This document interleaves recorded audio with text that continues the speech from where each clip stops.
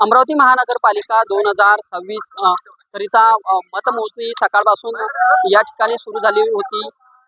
जवळपास या ठिकाणी सर्व पक्षाची त्रिशृंखला अशी अवस्था या ठिकाणी दिसून आलेली आहे।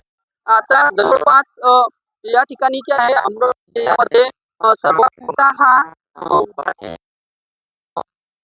भाजपला 24 जागा मिळालेल्या आहेत।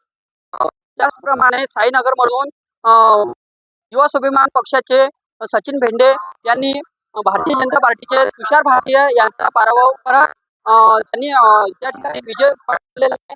त्याचप्रमाणे देवेंद्र फडणवीस यांची जे आहे भाचे यांचा सुद्धा पराभव झालेला आहे। तर तिथे संपूर्ण एका हाती एकंदरीत सत्तेचा जवळपास 79 या ठिकाणी कल हाती आलेले आहे।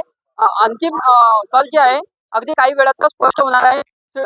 न्यूज टुडे अमरावती, गजानन कोपे।